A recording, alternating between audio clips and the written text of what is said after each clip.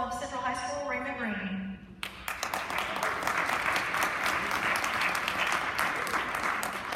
Good evening, everyone. Oh, one more time. Good evening, everyone. Good evening. Thank you. My name is Raymond Green, and it's a real honor for me to serve as principal of the historic Louisville Central High School. This school is the birthplace of racial equity in Louisville, Kentucky.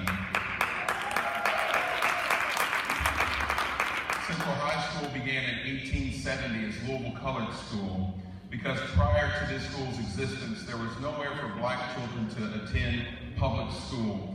And so from that time forward, all the way through today, Central High School has been at the forefront of educating students of color for all of our public school students. The vision of Central High School is that we are relentlessly continuing our tradition as leaders of positive social change. And so our work today really is leveraging our history for the betterment of our students today and their futures.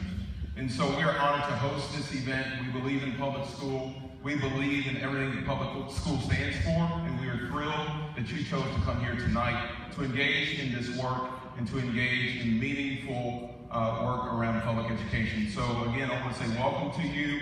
And before we continue on, as a matter of housekeeping, in the event of an emergency, the exit is here to your right, and all of our restrooms are behind you in the lobby. One more time, thank you for coming tonight, and welcome to the historic Central High School.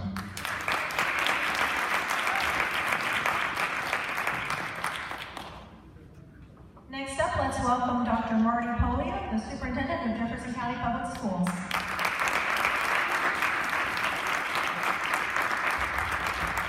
All right, welcome everybody. Glad to have you here tonight. I'm excited to be here.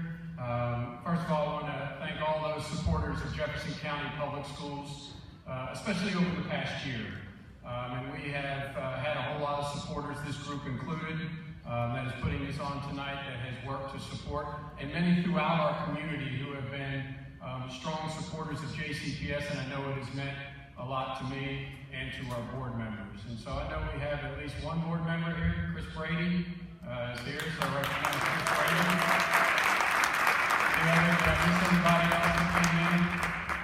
And then obviously I think we have some potential board members here, so welcome to them as well. Welcome, thank you for running. We appreciate you stepping up to lead JCPS. My remarks will be brief, but I did want to say that throughout this whole process, all that we have gone through, and as we all know, it's been a challenging year for Jefferson County Public Schools. I think we've improved a lot over the course of time. We have a lot of work to do. There is no doubt about that, and I'm the first to admit that we have a long road ahead of the work that we need to do. But there is no doubt that the past year has galvanized the JCPS community like never before. And so, thank you. And so for the first time, I believe, as we have gone through very difficult changes from acting superintendent to full superintendent to our audit, to the results, to the agreement, to many of the issues that we have faced, we have gone through those very challenging times, but one thing I can say, I've been in this district for 22 years. I'm in my 22nd year now, and never have I seen the feeling, and I've said it many times, where we have teachers and administrators and central office and schools and parents in the community feeling all a part of this challenge for us to get better and to improve. And that means so much to us and to our schools, and through all the challenges and the work that we have ahead. I've said this often, this is a great opportunity for us. This is a great opportunity for Jefferson County Public Schools and a great opportunity for public schools, because I believe we have the opportunity to do something special here that has never been done. And that is to be the great public school district that is a model for our nation. I believe it can happen, and I believe we'll do it. We have significant work ahead of us, there is no doubt, significant change. We have started that very difficult road, but I believe it can be done. Throughout my 22 years, I know it's been said a lot, but over 2 decades in JCPS. So quite honestly, it's an unconventional road to becoming superintendent. Being in this district in my 22nd year, a full decade as a principal. I started my career about 25 blocks west of here at Shawnee High School. I spent time at Wagner High School.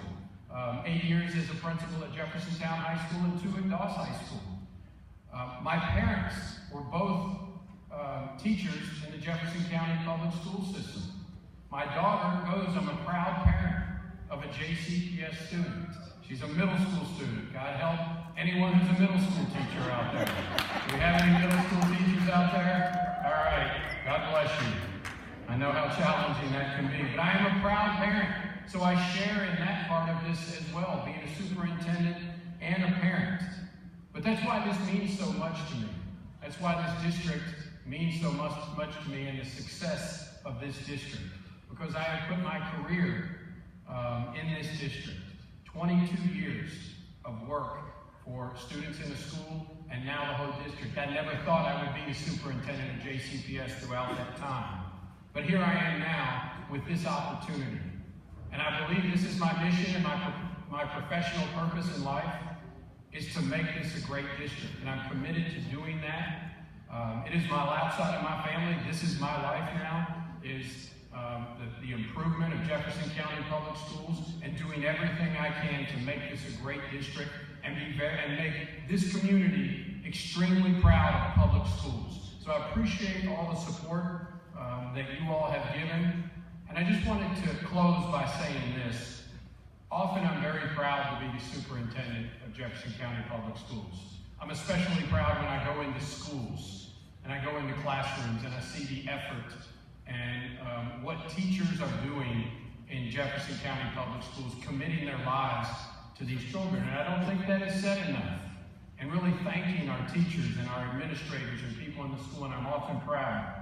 But a week ago, tonight, last week, at Spalding University, it might have been the most proud I've ever been to be the superintendent of JCPS. So if you are familiar with the Louisville Story Program, it is a local organization that it's a collection of books that really is about stories throughout the city of Louisville. Several years ago, the Louisville Story Program had students at Shawnee High School write a book called Our Shawnee.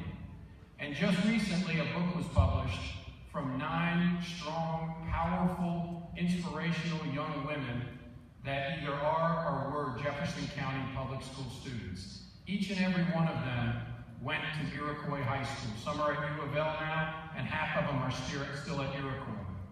And they wrote stories about their journey to being a student at Iroquois High School. 6 countries from around the world were represented in this book. And a week ago, I sat in the audience like you are, and they came up and read portions of their story.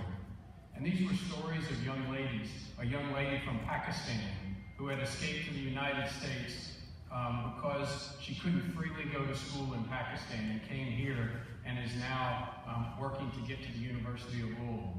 And a student from Cuba, and a student from the south end of Louisville, and a student from West Louisville. And all across the globe, these students had come and were now in one high school. And I said, after I got up on stage, after these young ladies read their stories, and there was not a dry eye in the house. Everyone was in tears. And I'm not one that tears up easily, but I did that evening. And I stood up, and first of all, I said, I'm humbled and quite frankly embarrassed to be speaking at a podium and a microphone after these incredible young women. But what I said was, we go around the word diversity a lot. And sometimes it can be used in a negative way throughout our community. But I said, that is the power of diversity. I said, these young women from all over the world, from 6 different nations throughout the world, who had all persevered and had passion for education and were now students in Iroquois High School. I said, that is the power of diversity, and that is what makes JCPS a great place. And I was so proud to be the superintendent of JCPS and talk about these young women and their perseverance and their inspiration to me. And it just even galvanized me more and pushed me more to say and show that it is my job to make sure that this is a great district. So I'm proud to be here tonight. I'm proud to represent Jefferson County Public Schools, and thank you very much for being here.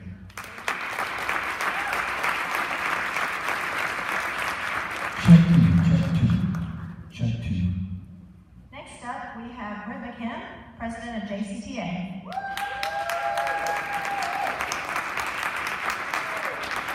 Hello, everyone, and welcome. I am Brent McKim. I am the elected president of the Jefferson County Teachers Association. I am elected by about 6,000 teachers in Jefferson County to represent them and be their spokesperson. And it's my job every day when I get up to do everything that I can to see that those educators have what they need to be able to have their students in their classes be successful at everything they do. And it's a real privilege to be able to speak to you as the representative of those classroom educators. As I was thinking about the event this evening, although I am not a history teacher, I was thinking of history. In particular, I was thinking about the Wild, Wild West, maybe in the 1800s. And I was thinking they had these villages that were small little towns out on the prairie, and every so often someone would come to these rather remote villages, maybe in a Conestoga wagon, and they would be selling all sorts of goods. And sometimes they were wonderful things, but sometimes people would come in and they would be selling snake oil, which they said would cure all of the ills of the person who would take the snake oil. If you had arthritis, it would cure that. If you had a bad stomach, it would cure that. Whatever you had, this snake oil would cure it. And so people who had family members that they cared about deeply would say, we don't have a doctor near here. If this has any chance of working, I had so much money, but I should pay that and try to get this snake oil to make a difference for the family member that I care about. And so they would buy the snake oil, and the snake oil peddler would then go on out of town, and only later would people figure out that what they had bought not only didn't help them, but actually made them ill. And I was thinking that in education today, we have something happening that's very similar to that, because we have people all across the country, families who care deeply about their kids, and they are in schools where so many of the challenges that the students come in with, the trauma that they face every day, that the schools don't have everything they need to help them be successful, because the state has cut funding for things like extended school services for catching kids up. They've cut funding for health programs. They've cut funding for safe schools. They've cut funding for professional development for teachers, and on and on. So the schools don't always have what they need to help all of their kids be successful. And so the schools aren't always as successful as they really need to be. And so people whose kids attend those schools are desperate. And there are people that come in selling educational snake oil to those very desperate people. And just like in the Wild, Wild West, the people selling the snake oil were not selling it to help the people get better. They were selling it to make money. At the expense of the people that they sold their snake oil to. And we have in education today the exact same thing going on. We have educational snake oil in the form of vouchers and charter schools and tuition tax credits being sold to the people that will only become more ill by taking that snake oil. And we're going to have the privilege to hear later from Jitu in Chicago, where 20 years ago they bought that snake oil, and they are deathly ill from it today. And he will tell you that you don't want to do what they did. You know, I think Mark Twain said at the end of the world he wanted to be in Kentucky because it always takes 20 years for anything to get there. This is something we don't want 20 years later to get here. We don't want that snake oil.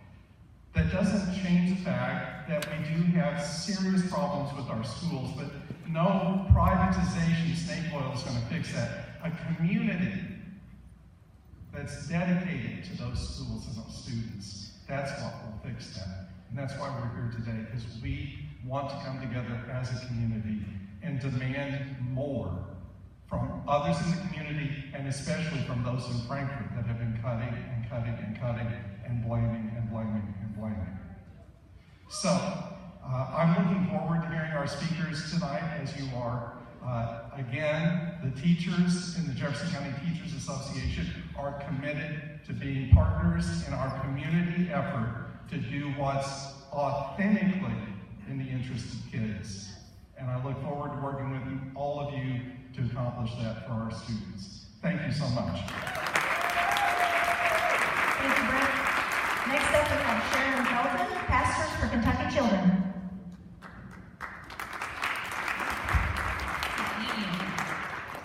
Pastors for Kentucky Children is a grassroots movement of clergy and laity.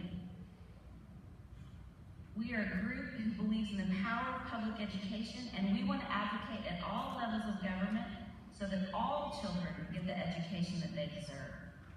We believe it is a sin and an injustice to profit off of our children.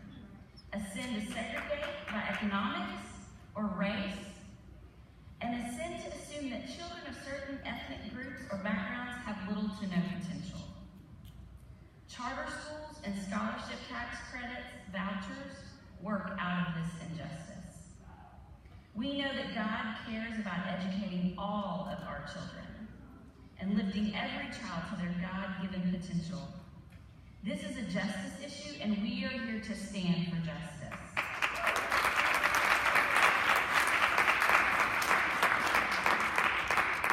We are here to support our public school educators who stand on the front lines every day to care for and educate all of our children. We know that educating our children is the most important thing we do as a community, and it impacts all of us, so we better get it right. Which means that we have to fully fund all of our schools, pay our teachers what they deserve, and secure the pensions that they have worked so hard for their entire career.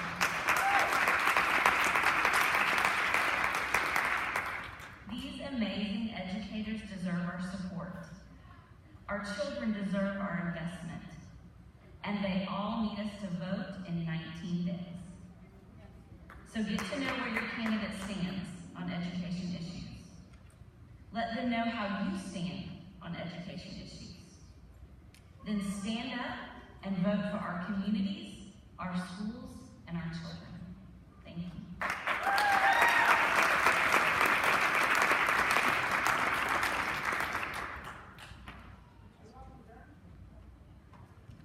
Next up is Becky Winchell with LSERCH.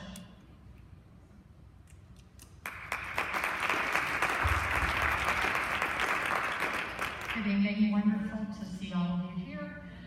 I'm not especially great at off the cuff, but this is not about me. This is about the children of our community and Louisville showing up for racial justice and the Kentucky Alliance Against Racist and Political Repression are supportive of our children in any way possible and are frankly sick of seeing the rest of the state putting us behind and pushing us aside, and we will do everything in our power to be there. And I think I just got cut off. Okay. But absolutely, Louisville showing up for racial justice and the Kentucky Alliance Against Racist and Political Repression stand with the children of this community. Thank you.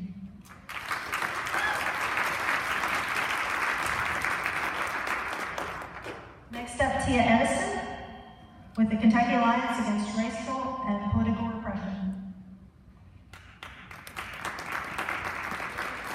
Good evening, everyone. As she said, my name is Tia Edison.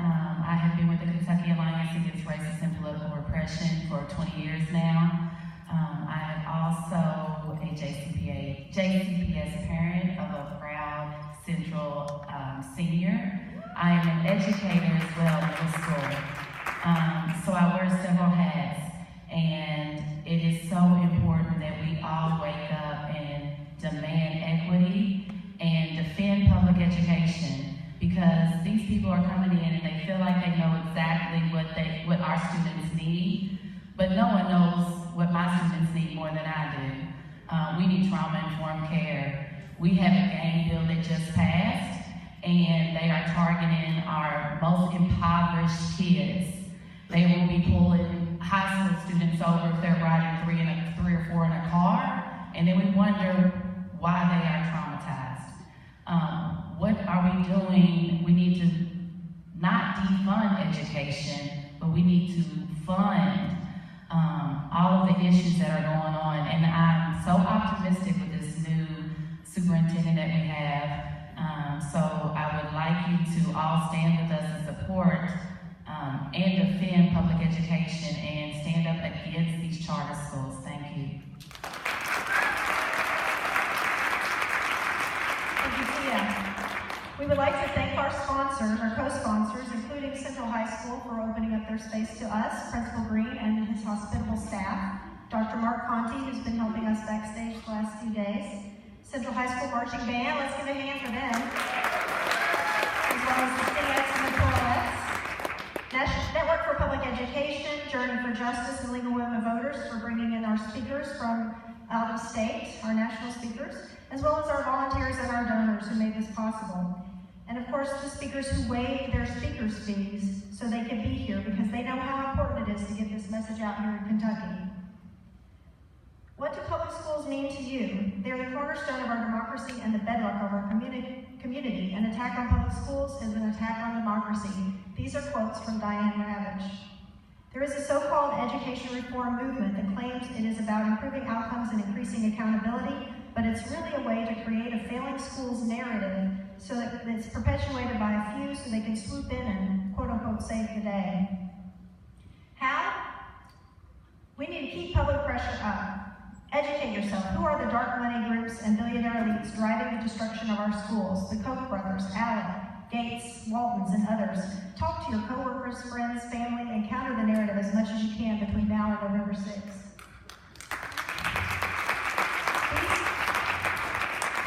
These are often people with no experience in public school. No, they're not intentionally harming our schools, perhaps. They're just ill-informed. So how do we fix that? We inform them. We have to talk about race. We have to talk about equity. We have to talk about social justice. Dear JCPS was formed because we saw bias in testing and discipline policies and how it disproportionately affected students of color. They told us we were wasting our time. We've been fighting this for decades. What are you gonna do? They're gonna do what they want to do. But that was not an acceptable option for us, especially once I attended the Network for Public Education conference and met Diane Ravitch in person 2 years ago. I learned that we are not alone. Since that time, we've helped identify and remove board members and a superintendent who had support with ties to these groups. Let's face it, we may not feel like we have much power against corporate greed and corruption and the wealthy elites who are behind the destruction of our public schools, but individually, without the collectivity, we do. And if we can't get our legislators to listen to us and put our interest over dark money, we gotta vote them out.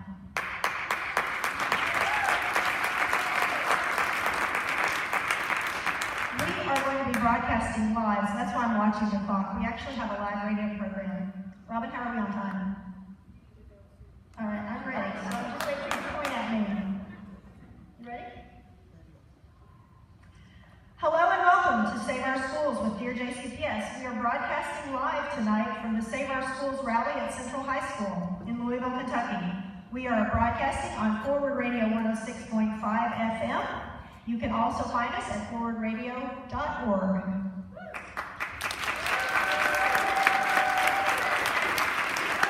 I'm Kate Adelman. We're live. See what happens when you go live.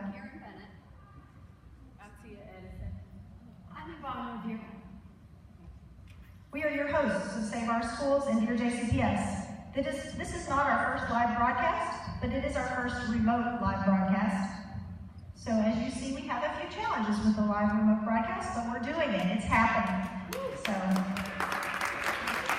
that's right. Tonight, our studio is a stage, and we have a live audience. Thank you so much for coming out to join us. We have an exciting lineup of speakers tonight. Tia, do you have your script? Yes, tonight we have the pleasure of hearing from three national experts of public education. They are Diane, Ravitch, Jitu, and Legg. They will share with us some of the charter school disasters and scandals happening across this country, who's behind the so-called education reform movement, and some of the warning signs we need to look for here in Kentucky so that we can proactively prevent the same things from happening here.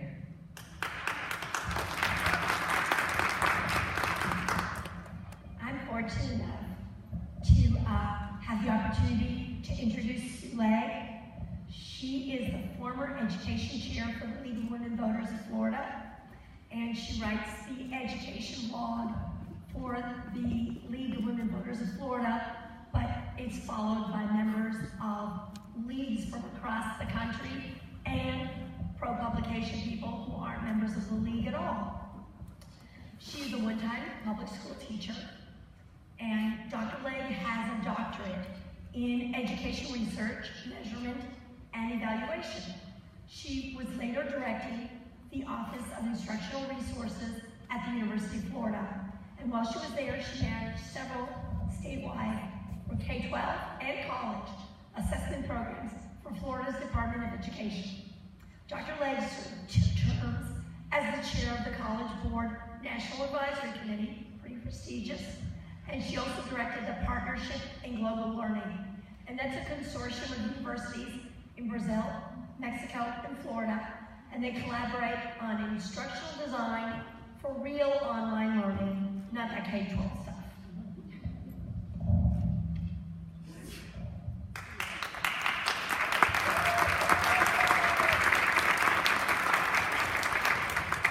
I'm proud to come to Louisville. Louisville, for me, has been a symbol of a community working together to do the responsible, fair thing for its citizens and its children. I'm not always able to say that about Florida. Let me tell you why. Back in 1994, Jeb Bush ran for governor. He lost. Why? Because in the televised debate, he was asked, "What are you going to do for black voters?" His reply, "Not much." That backfired. What did he do? He went to Miami and started a charter school. Now that charter school failed. We're good at failing charter schools in Florida. We have 654 charter schools. 300,000 students are in them. We have 374 failed charter schools. That's not a very good percentage. When you think about it, the charter schools take $3 billion out of the public school budget because the money follows the student. Jeb Bush had a friend, John Kirkley, and he was funding out of his own pocket some scholarships to private schools for low-income children. As the choice movement began to be publicized in Florida, John, who was a friend of Jeb Bush, went to Tallahassee and said, "Let's have the state give scholarships to private schools for low-income children." Well, that was against the Florida Constitution, for one thing, and yet they started that voucher program. There was a lawsuit. The Supreme Court said, no, you can't do that. So they instead went to Florida tax credit scholarships. And the tax credit scholarships are paid at 80% of the per student funding that public schools get. So in Florida, we give $7,400 per student, so it would be about $5,800 for the tax credit scholarships. Now, you don't buy much for that. So what happened in Florida was that the tax credit scholarships were marketed to many low-income communities, small churches, little stores, schools that are in shopping malls and things like that. We have 1,200 of those. 83% of the kids go to religious affiliated schools with tax credit scholarship money. About 30% of those teach creationism. And now this year, the income qualification is no longer for low income, it's for families of four with an income up to $63,000 a year. So what does that tell you about the motivation? Are we thinking about children in Florida, or are we thinking about something else? When you have $1 billion going to mostly schools with fewer than 100 children, teachers are not required to be certified, students are not required to take state assessment tests, what happens? Look at the Department of Education sponsored reports. You will find 40% of those children leave within 2 years, 60% within 3 years. Many of those children go back to the public schools further behind than they were before. That's what you're fighting in Louisville. And we've been doing this 20 years. I've been following it closely. I started out with high hopes for good reasons for doing good things for kids. I now think in terms of money and religion and race. That's what's behind this. And let me prove my point. I only have a few minutes, so I'm going to prove it really fast. Okay, first, social impact. What's happened in Florida? This was going to drive public education and make it better. We drove public education and made it better in 2002-03 because we failed half of the third graders, so when they took the NAEP and fourth graders, they looked pretty good. They'd had 2 years of third grade. Since then, we've been pretty stagnant, just like the rest of the country. School choice is not improving test scores. I know all about test scores, and when it got this bad, I stopped doing them. Second, we have increased economic and racial segregation. We've been cited by the U.S. Department of Education, Department of Civil Rights, for discriminating against children with disabilities.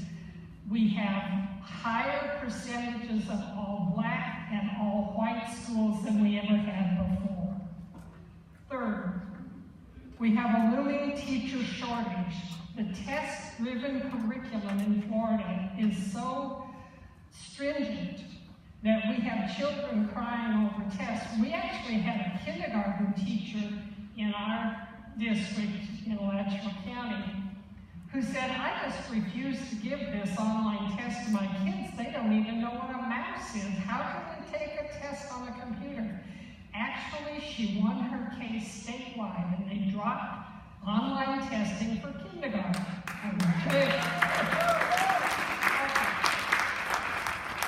We have a problem with obscuring lines between church and state. Now, we have all the rules and laws. We have the Legg Amendment. You cannot have religion in the schools. You have to be fair to everybody.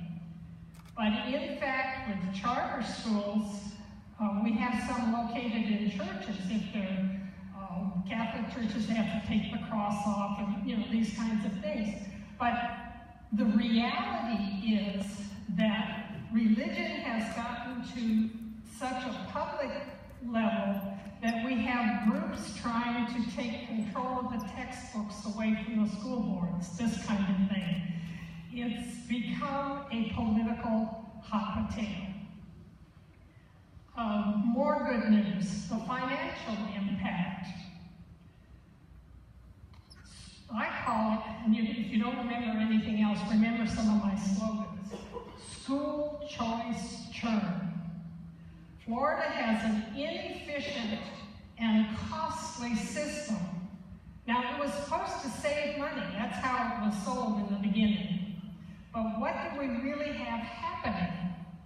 We have 40% of those kids in the private schools going back to public schools. We have these small private schools that encircle, say, this school.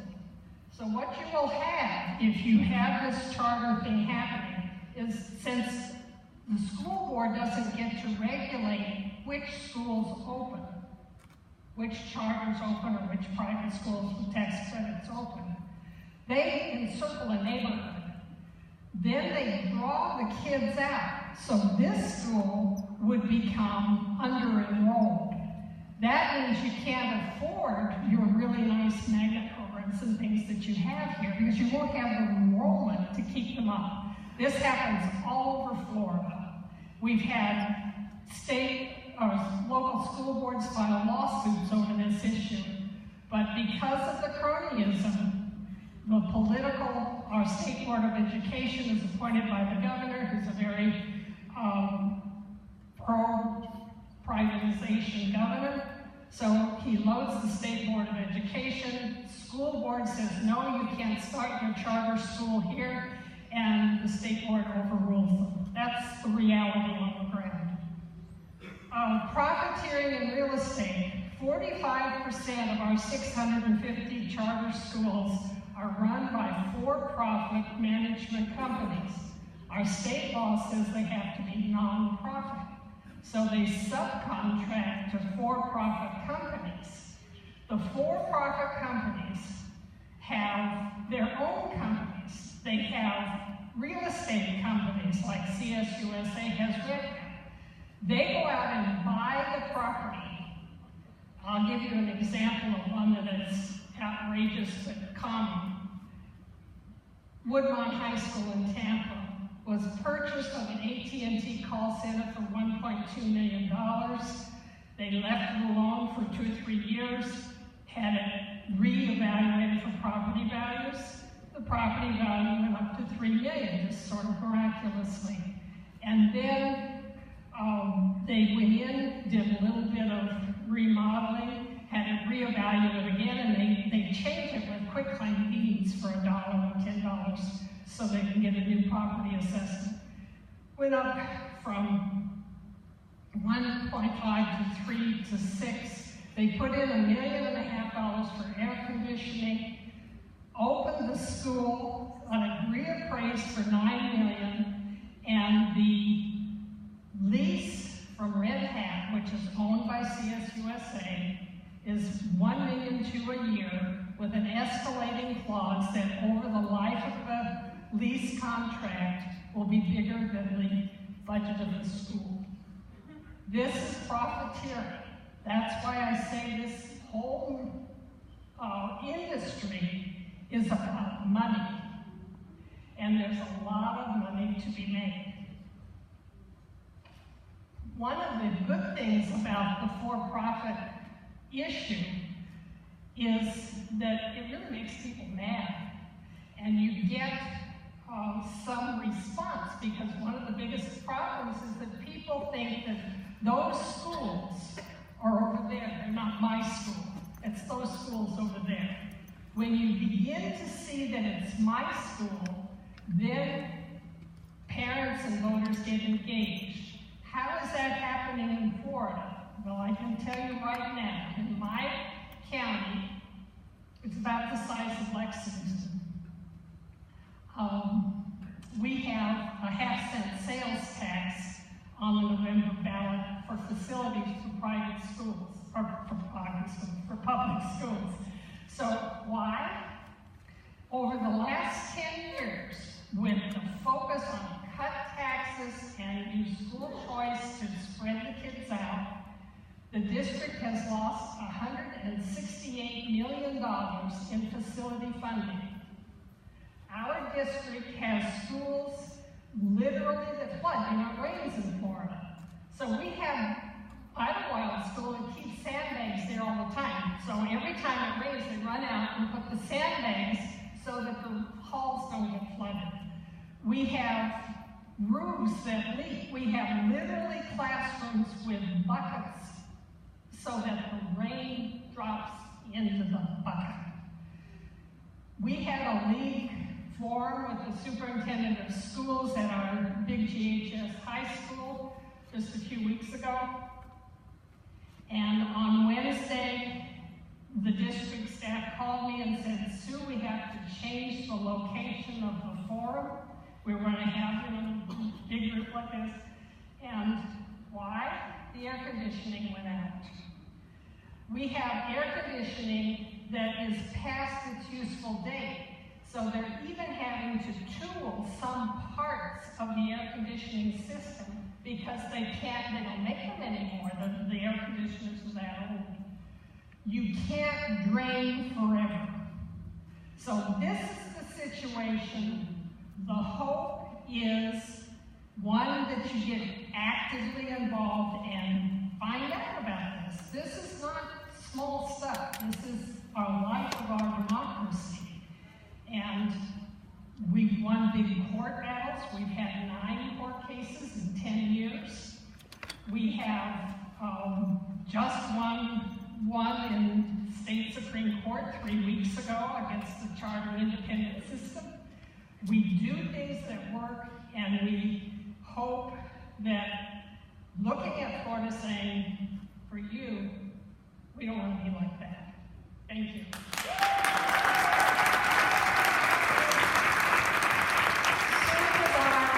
Last week and talked a great deal about the real estate piece of all of this and all the profit that's to be made in real estate. So if you want to hear more of Sue, I encourage you to go out to SoundCloud on the Forward Radio channel and look for Saving Our Schools with Dear JCPS, and you can listen to an entire hour with Sue Legg. Tia?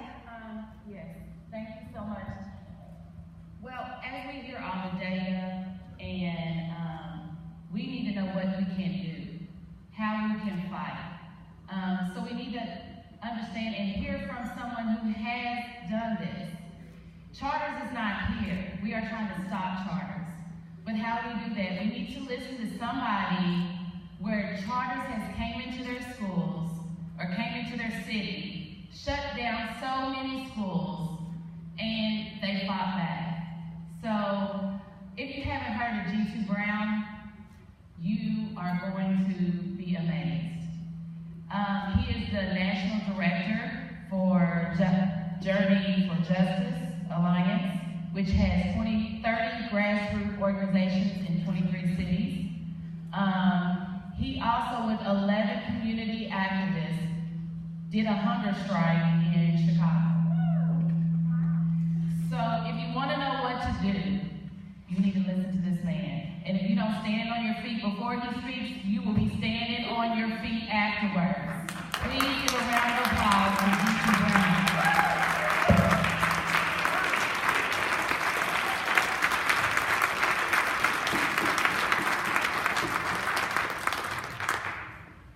I know some of y'all are looking like, that dude big. He didn't do no hunger strike. Yes, I did. Yes, I did. Shoot, 34 days. But it is really an honor to be here. When you listen, so I know that some people might be saying, well, this room should be filled right now. I don't subscribe to that. Because I think when we say things like that, we're setting ourselves up for losing. That's right. You know, it doesn't, community organizing is not easy. Just because you pass out 1,000 flyers and you tell 1,000 people does not mean 1,000 people are going to show up. And I'd rather have 100 people that's ready to rumble than 10,000 tonight. All right? So, before I get started, please already know that tonight you won. Tonight you won because people that I'm looking at this audience and I see a rainbow of faces, which means that we know who the enemy is. That's right. We know who the enemy is. So my charge in the 30 minutes, I'm kidding, 15 minutes that I have to present, I just want to talk with you all a little bit about, who we are, and then knowing your terrain, and the work that I've learned, the work that I've done, and the lessons I've learned, and being a member of the Journey for Justice Alliance. And just, update, we are now in 30 cities. So we no longer 22 cities, 30 cities. That's an old bio, we need to update the bio. But, so, I'm from the south side of Chicago. They've been closing schools in Chicago since 1997. As they started tearing down the Ivy Wells housing projects, Cabrini Green, Robert Taylor. It wasn't an organized program until 2004. The first plan was called the Mid-South Plan. It was a plan that closed 20 out of the 22 schools in my neighborhood and turned them to charter or contract schools. I was an organizer at the time for the Kenwood Oakland Community Organization, Chicago's oldest black-led grassroots community organizing group. And we have about 1,000 members, and we began to organize the fight against the closing of our schools. But that was just phase one. The Mid-South Plan soon, that was centered in our neighborhood, in the Bronzeville community on the south side of Chicago. And I was just rolling with Brother Michael, and he was showing me, how they're gentrifying around here. And we're very close to downtown, right close to the riverfront, right? Well, the neighborhood that I worked in and lived in for many years is 10 minutes from downtown Chicago, right off the lakefront. So our little organization is the only thing that's stopping bulldozers from moving us out the neighborhood. So when Renaissance 2010 emerged, they labeled our schools as failing. They said we have to do something for the kids. This is for the kids. And we have to get qualified, better teachers in the classroom. Not talking about how, at least 8 to 10 years before that, there was an organized program to remove veteran teachers from the classroom. Right? And then as they started closing schools, veteran teachers, primarily veteran African American teachers, began to lose their jobs and not be able to be rehired.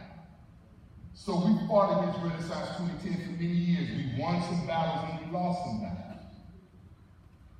But in that process, I began to build relationships with organizations around the country. And in 2013, the Journey for Justice Alliance was born with community-based organizations in 13 cities. And I want to share with you that it was not hard for us to build unity. We developed our platform in one meeting. Because one thing we had in common, and one thing I have in common with you, if you're an educator, if you're a parent, one thing we have in common is that the powers that be don't listen to us. Is that accurate? Yes. So we knew that people were running education institutions based on their opinions of us, not based off our real lived experiences. So when people talk about school choice, I want y'all to do something for me. I hope I don't go too far with this. If I go too far, just let Jitu stop. I want to do a quick chant. Can I do a chant? I'm going to say, school choice is a scam. And I want y'all to say, well, I'll be damned. All right? All right. Let's see if we can get this going. School choice is a scam. Well, I'll be damned. School choice is a scam. Well, I'll be damned. So let me start there. School choice is a hustle. It's 3-card Monte. It's pick a card, any card. It's a shell game. And what privatizers have done after black people were killed and white people were killed in the Black Power movement and the Civil Rights movement is that they filled a vacuum because we made a mistake as a public. We've forgotten the fact that as women, immigrants, and people of color, every right that you have is a direct result of grassroots community organizing. Every right. Every right. So we've become comfortable. We've forgotten that this is the country where the President of the United States showed birth of a nation in the White House. We forgot this is the country where Franklin Delano Roosevelt would not sign the anti-lynching bill. We forgot that this is the country where African-American soldiers were lynched coming home from World War II. We've forgotten that this is a country where the President of the United States can separate families and lock babies in cages. When Native American families said, we just want our ancestral homelands protected. Remember, from my Native American sisters and brothers, this country is taking just about everything. Everything. And all they said is we want clean water and we want our ancestral homelands protected, and they sprayed them with gas. They locked them in cages. They sick dogs on them. Not in 1940. Right now, we've forgotten that when Michael Brown was murdered, this unarmed boy was murdered. We demonized him on CNN, on MSNBC, and all that, what was forgotten was that this particular officer walked up on this boy, walked up on him, and shot him in the face. So we've forgotten that we have work to do. So all of that is happening in your name and in my name. This ain't rhetoric. All of that is happening in your name and in my name. And so if we're comfortable with saying, well, those people are not, they don't want better. They don't want the thing. Oh, so we're comfortable with that until we're on the lead. See, because you're not dealing with the privatization movement, you are not dealing with good people that are just misguided. You know, because that's what we tend to say, you know that they want to do right for kids, they just see differently than us. Well, I readily admit that I'm a nature nerd. I'm the kid that used to watch Wild Kingdom when I was a child.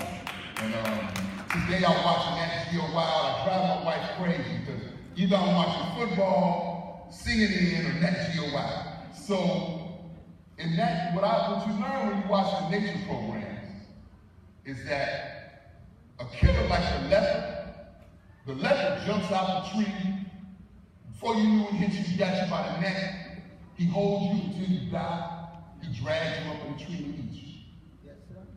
But that's not who you're dealing with. That's not who's coming for you. Who's coming for you is the hyena. The hyena eats you alive. The hyena eats you while he's chasing you. The hyena has no regard for your right to live, for who you are.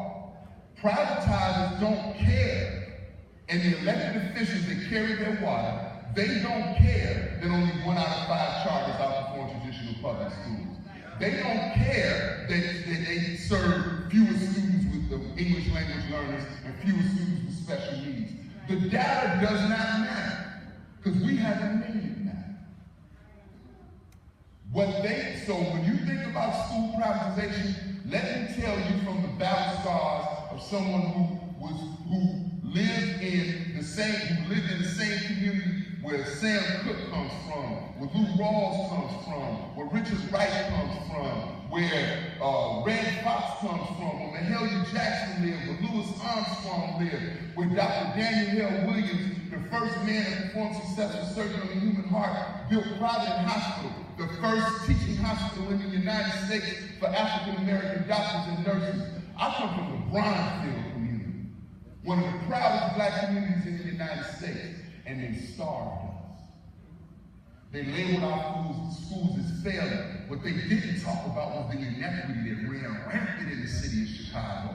where in the South Side you have a child that's in a classroom with 35 students, no librarian, no art, no music, and then 15 minutes down the road in Hyde Park, you have a white child that's in the school where they have smaller class sizes, a teacher aide in every class, art, music.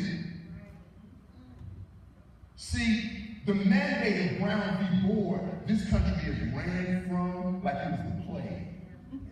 Remember that after the passing of Brown v. Board, there was a movement amongst the U.S. Senate to raise a massive resistance to Brown v. Board. This wasn't happening in Ku Klux Klan meetings. This was happening on the Senate floor. Right. Senator Harry Byrd. Right. And they organized massive resistance, anything but to share resources and opportunity with those communities that they have brutalized for decades. Right. What I'm saying to you, I'm not saying to make anybody in this room angry. I'm not saying to play a race card. No, what I'm saying is if you want to wage a movement to save public education, you cannot marginalize the voices of people that look like me. See, as I sit here, and I'm talking to everybody in this room. See, I'm 52 years old. But when I was 11 years old, I had the experience of a police officer putting a gun to my mouth for lighting firecrackers in the house. I had the experience of going to funerals and touching the bodies of 14, 15-year-old boys that I helped raise.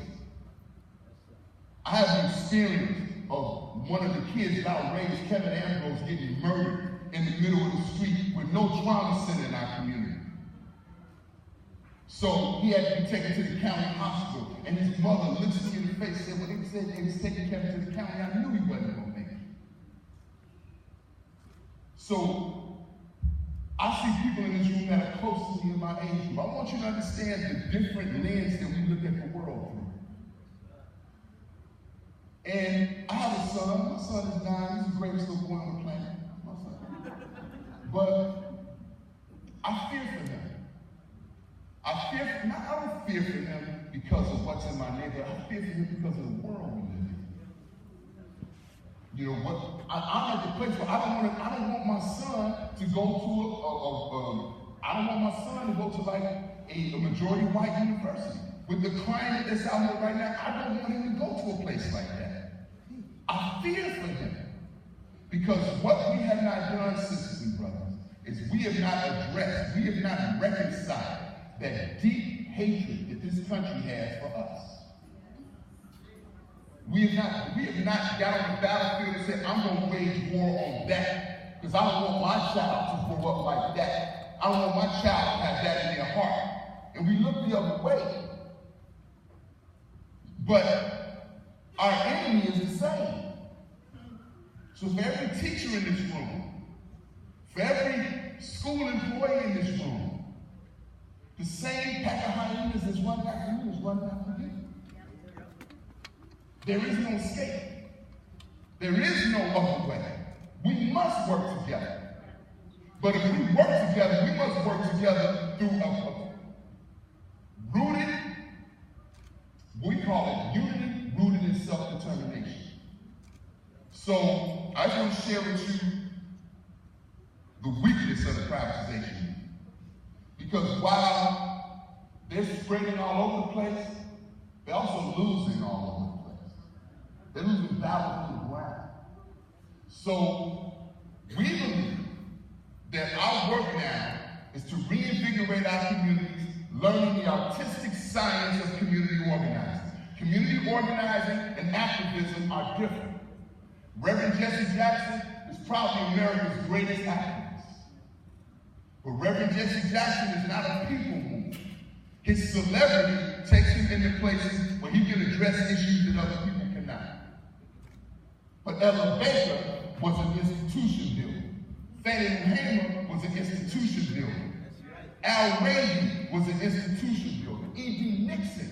These people mastered the art of engaging people around what they care about and then work with them to build strategies to change. So here's the weakness of the privatization movement. They have not addressed inequity. Where is our 21st century Brown v. Board? Where is our 21st century fight to end separate and unequal? And the second weakness that they have is what we did in the fight for Diane High School. And it really was bigger than Diane High School. I know I'm running short. Can I explain this a little bit? Okay. So, Diane High School was our last open enrollment high school in our neighborhood. Every other school was either selective enrollment or charter. I sat on the local school council at Diane for 10 years. In 2008, we had the largest increase of students going to college in the whole district. For 2 straight years, we had the largest decrease in the rest of suspensions. We had a world-renowned restorative justice program. In 2011, ESPN came and visited our school. We beat out 600 other schools around the country as a small school doing great things. We won the ESPN Rise Up Award. Our babies were on ESPN. We got a $4 million renovation to our athletic facilities. Whoop, stop. Because the next year they voted to close our school. And it was never about education, sisters and brothers. What it was about was the proposal for the Obama Presidential Center was in the middle of Washington Park, and the northernmost tip of the Obama Presidential Center was where Diane High School sits today. This was about gentrification. This is about removing us from a community that we built. And so we understood that the fight for Diane was also a community development issue. It was about our right to remain in our community. So we built a proposal by engaging over 5,000 people, going up to mothers and saying, if you could dream, what would you want for your children? And we built a plan that was so powerful that engaged the high school and 6 of its feeder schools for what we call a pre-K through 12 system of education in our neighborhood. That the American Education Research Association said it was the best academic proposal they had ever seen. And it wasn't developed in some university, it was developed in our neighborhood with teachers, parents, and young people. Can you imagine focus groups with young people, teachers, parents, and community residents talking about science? Another focus group when they're talking about discipline. Another focus group when they're talking about culturally relevant curriculum. And what we did, we understood this concept. Community wisdom in partnership with academic expertise.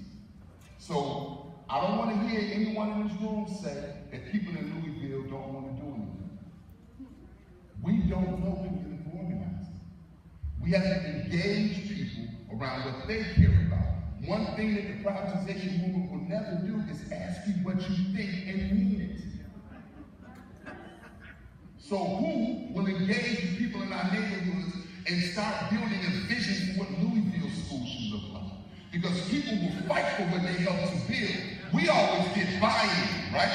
We cook the cake, we bake the cake, we put the frosting on the cake, and then we say, if you want to put some sprinkles on it, you can put some sprinkles on it, right? But if we engage people around what a vision for public education should look like, I'm here to tell you, please, the sand woman is right next to me. Here's what can happen. In New York, the largest city in the United States, one of our member groups, the Alliance for Quality Education, organized a campaign that forced the mayoral candidates to commit to 100 community schools at the ends of privatization. De Blasio committed, he went from last place to first place. He's the mayor, and they've established 130 community schools. That was done by parents, all right? In Pittsburgh, parents built and labor worked together to build a progressive education platform. The school board members tripped over each other to adopt the platform. They elected a slate, and their first victory was outlawing the suspensions of kindergarten and second graders and expanding free community schools. In Camden, New Jersey, 2 black teachers who are like bedrocks of their community were targeted because one of the teachers' wife is an organizer in Camden. She's kicking butt. So they targeted this teacher. They suspended both of them. The students walked out of school. They went to the library. They got homeschooling at the library. Said, we are not going to school, and Mr. Dickinson is reinstated. This is the second time they did this to Mr. Dickinson. It's called the Camden Student Union. And they won. Mr. Dickinson is back in office. And now they are actually drafting a bill to increase the number of teachers of color in Camden, New Jersey. Students led this fight. But hold on. In Oakland, California, the Oakland Public Education Network organized to stop the sale of this vacant lot to a charter school. They won, and then they also stopped the closing of 9 schools in Oakland, California. In Milwaukee, Wisconsin, they stopped a charter school initiative, a charter school referendum, and then they won 10 sustainable community schools in Milwaukee, Wisconsin. Y'all get my point? My point is, if we work together, if we organize together, if we learn the artistic science of community organizing, we can win. The privatizers have the money, but they don't have the people. They don't have the people. So, my offer to you, our offer to you, because my sister Jitu was in the front row, our offer to you is that we ask Save Our Schools Kentucky, Black Lives Matter, to connect with us and become partners with us in our campaign called the We Choose campaign. Say, we choose equity, not the illusion of school choice. All right? We want to build multiracial coalitions in cities across the United States, rooted in self-determination and racial justice. And we want to say that we want to wage, and we are waging a 21st century fight to make equity a reality in our lifetime. We have members all over the country. I could talk for days about victories that are happening, but the sand woman is like about to come up and get me. So I would like to introduce somebody. I want to introduce somebody. I sit on the board of the Network for Public Education. Many years ago, we were, well not that long, like 5 years ago, we were on a bus ride to Washington, D.C. We were going to do a community hearing at the U.S. Department of Education. We were afraid. We were nervous, because now we're getting ready to do an action at the U.S. DOE. So we don't know how they're going to respond. And we especially don't know how they're going to respond to a bus full of black and brown parents and students. So we have our security together, and I get a phone call. And the phone call is from Diane Ravitch. And Diane Ravitch is basically telling me, you're doing the right thing. God bless you, don't let them off the hook. Because you're organizing the very people that need to be organized. And it was like food. It was like medicine to my spirit. And so, there was a time when Diane was on the wrong side. And so to have the humility to reflect and transform is a testament to her character, to her true leadership ability, and to the type of warrior that she is in this fight for public education. So I'm proud to call her a colleague, a friend, an ally in this fight. So I want to introduce to you all one of our beacons of light in the education justice movement. Get on your feet. Get on your feet. Get on your feet. Let's get ready, Diane. School choice is a scam. School choice is a scam. Please give a round of applause to Ms. Diane Ravitch.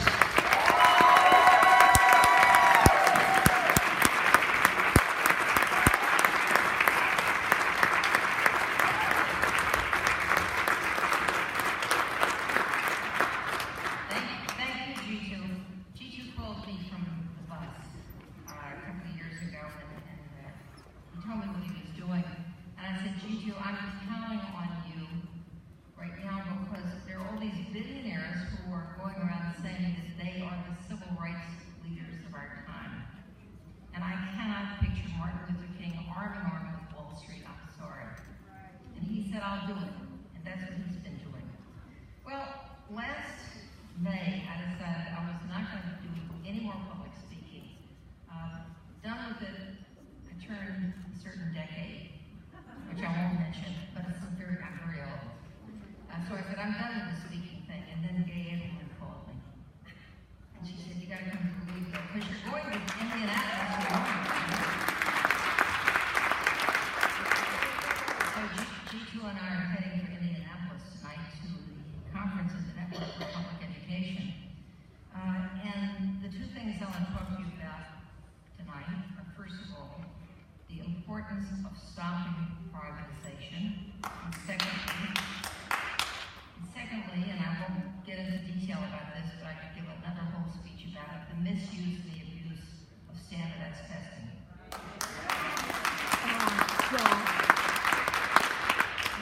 This is the third trip that I've made to Kentucky in the recent past.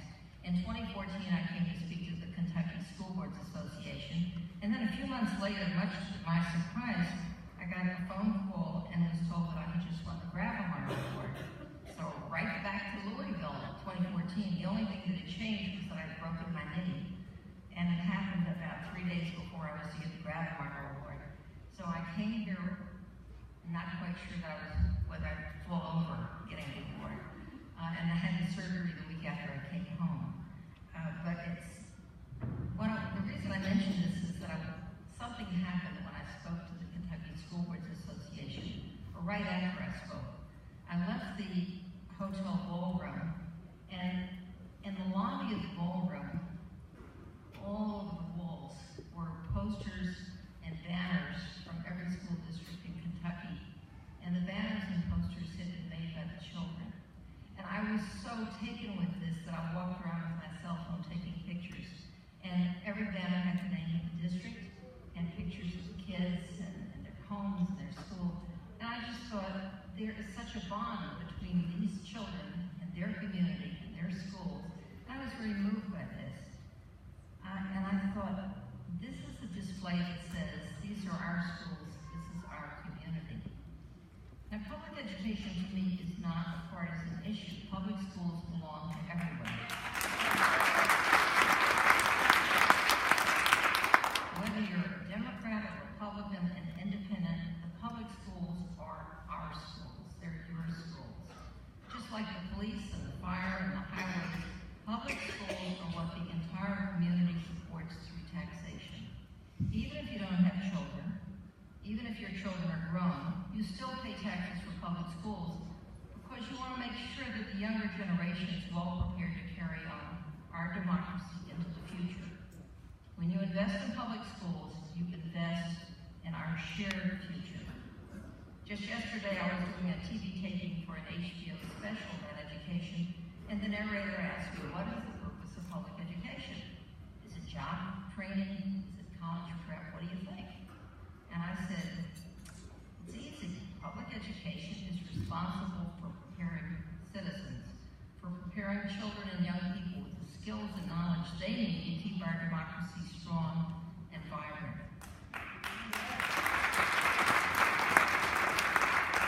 Public education is about teaching the ability to make children the ability to make wise decisions for themselves and for the community, so they can vote and choose good leaders, so they can serve on a jury and judge their peers fairly, so they can get involved in solving problems in their own community, and so they have the courage to run for office themselves.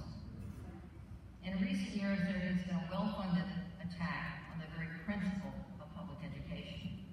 I'm a graduate of public education, and I'm one of 8 children. We all went to public schools in Houston, Texas. We had our ups and downs, but I'm very proud to be a graduate of public education, as was my mother, who was an immigrant. My father got kicked out of public school in Georgia. He was a dropout. But this well-funded attack calls itself a reform movement. But that's a misnomer, and that's a polite way of saying that's a lie. It is meant to trick the public. It's a deceptive term. These so-called reformers don't believe in reforming public schools. They believe in the defunding, the destruction, and the privatization of public schools. This is not reform. Reform would mean fighting for better funding. Reform would mean fighting to support teachers. Reform would mean fighting for better everything to make schools stronger and better. But that's not what they want. They have attacked the teaching profession. They have demoralized teachers. They have made the false claim that inexperienced teachers are just as good as experienced teachers. They have attacked teachers' pensions. They scoff at teacher certification. This is all nonsense. If you believe in what they believe, please insist on an inexperienced pilot next time you take a flight.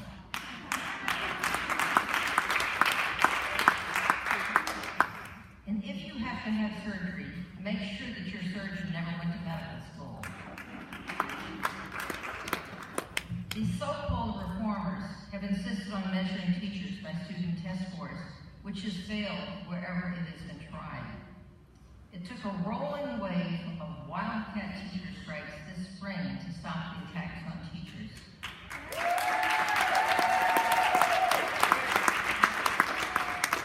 Just today, USA Today had a cover story, "Teachers Need Respect."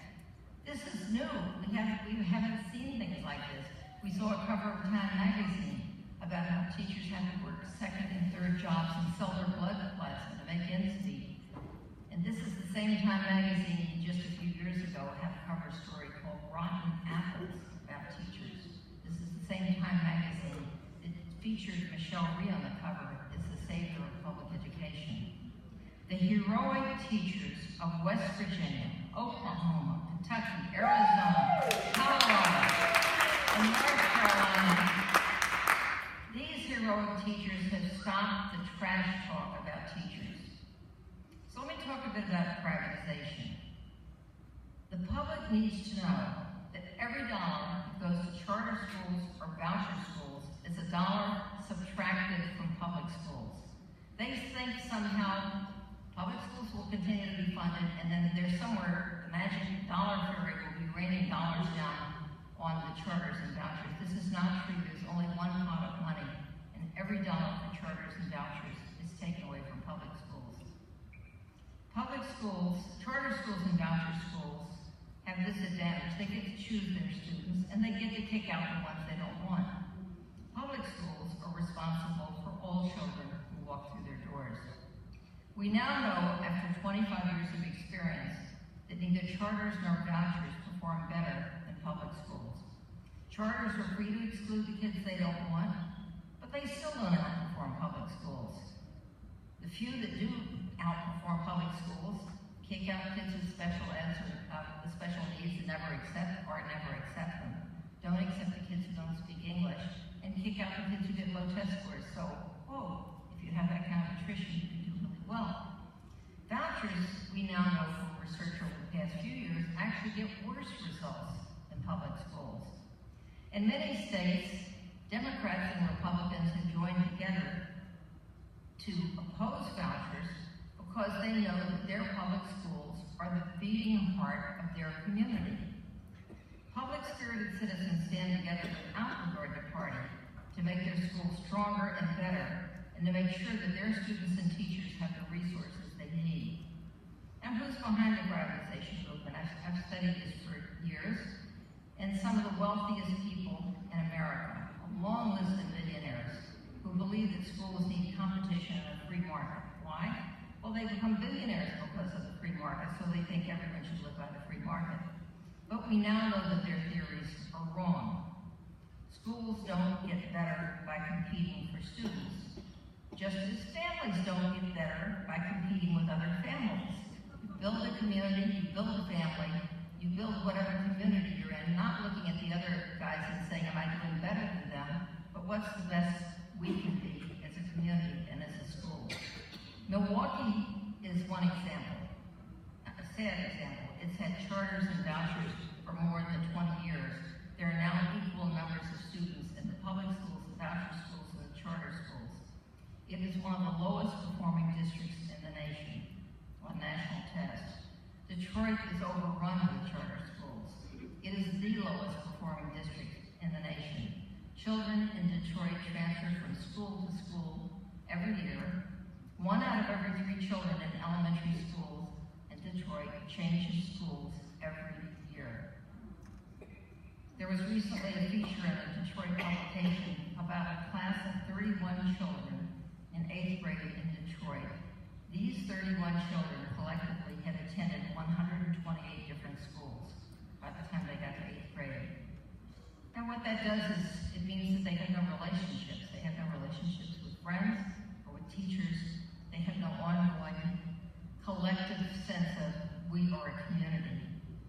Michigan, which is Betsy DeVos' state, has gone whole hog for choice. 80% of the charters in Michigan operate for profit.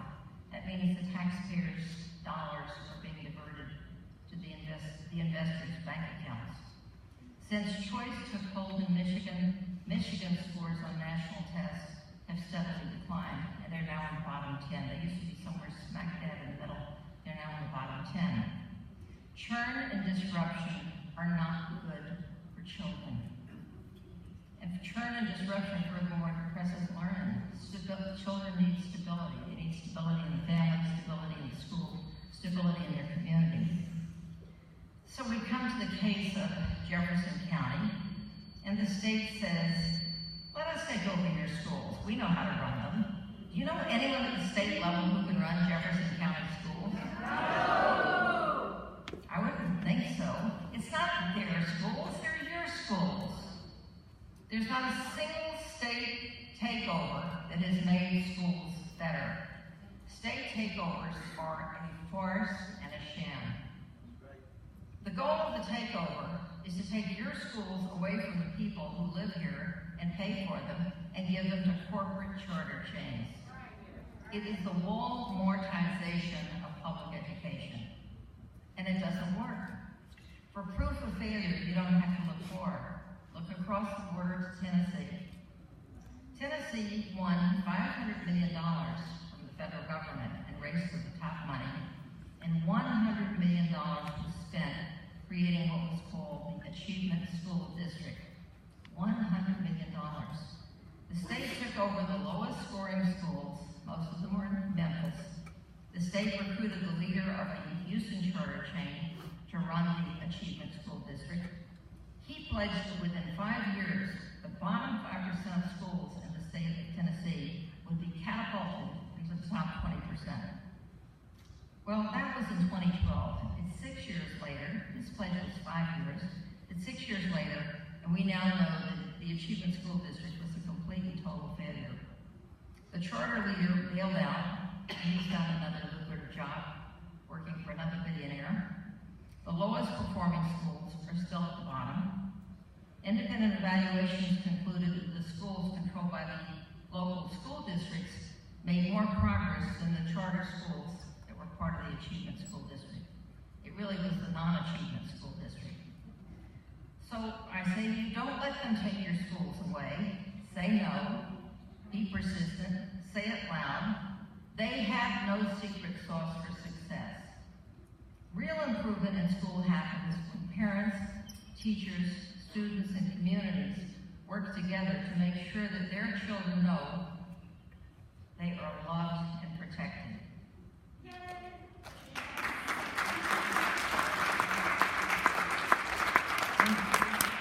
When children know that they are loved and protected, the test scores will take care of themselves. Don't vote for any politician unless he or she pledges to stop the corporate assault on your public schools. Vote for those who promise full funding for your public schools. What do schools need? They need the same thing that multi-parents want for their children. Small classes, experienced teachers, a full and rich curriculum, freedom from standardized testing, schools and classes that encourage creativity, and schools that nurture good citizens and good character. Children need the opportunity to dance, to sing, to perform, and to explore all their talents and skills, including those that cannot be measured. John Dewey put it this way. Okay. All right. This concludes tonight's live broadcast of Save Our Schools with Dear JCPS from historic Central High School. We would like to thank our guests, National Public Education champions Diane, Ravitch, Jitu, and Legg. We would also like to thank Forward Radio 106.5 FM producer Robin Frederick, as well as everyone backstage in front of house, as well as our sponsors, donors, for making tonight's program a success. We're ending the live broadcast, and Diane is going to keep talking.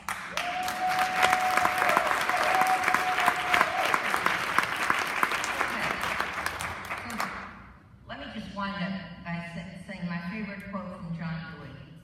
John Dewey put it this way: what the best and wisest parent wants for his or her child is what we should want for all of our children.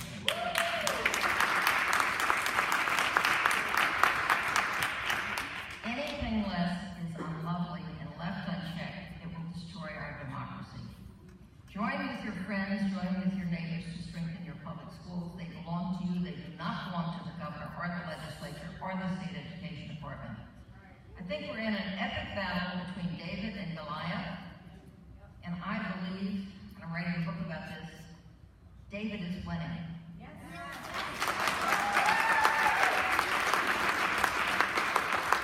Privatization, we now know, does not create better education. It defunds the public schools that enroll 85% of American children. Testing doesn't make kids smarter. It labels them, it stigmatizes them, it discourages them. The public is waking up. We must do what's right for the children. Say no to privatization, say no to vouchers, preserve the separation of church and state, say yes to public education, say yes to a caring, loving community created for the benefit of all the children. Thank you so much.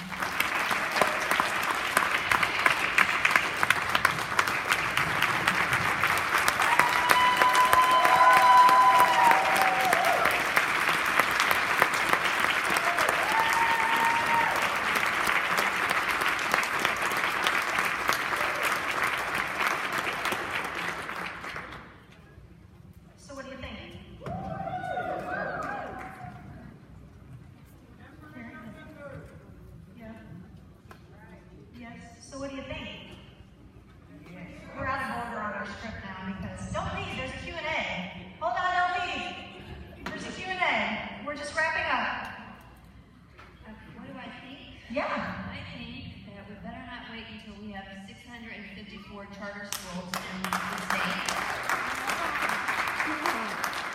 Let's not wait until we have to have a 34-day hunger strike to prevent them from closing schools like Shawnee or Iroquois, or worse, trying to get into a charter school. And it doesn't matter what Governor Matt says, our schools are not an unmitigated disaster. It doesn't matter the propaganda Alec and the Koch brothers and their highly paid minions want you to think. Yep, this is our chance. We don't have charters yet. We don't have to end up like Detroit or New Orleans or thousands of districts that Diane and Jitu and Legg have warned us about.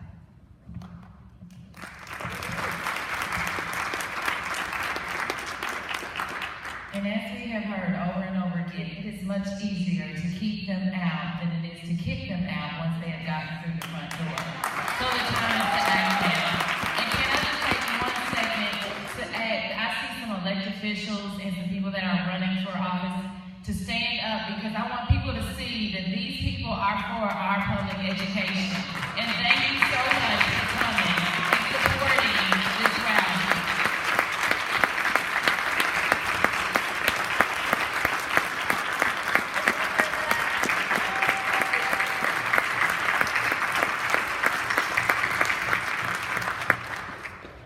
Since we began our program on Forward Radio, which airs at 6 p.m. on Thursdays, 3 p.m. on Fridays, and 7 a.m. on Sundays on 106.5 FM, it can also be heard on forwardradio.org. We've tried to make sure that each show is better than the last, with special guests that are amazing public education supporters.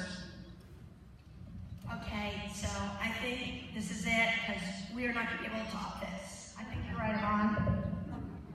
So thank you for sticking around, because we're going to have a Q&A. We're going to have a quick set change, and we're going to put a microphone right down here. So if you have questions for Diane, Jitu, or Sue, please line up right here. And I just want to say a quick thing about Jitu. I don't know if you guys noticed. He flew in this afternoon. He arrived about 2 minutes before he came out here. So I haven't actually gotten to meet him in person and shake his hand yet. And he's also just recovering from back surgery. So he made this trip even though he is having the difficulties of back surgery recovery. So I think that is amazing. We thought we might not get him out here, and here he is. Because it's that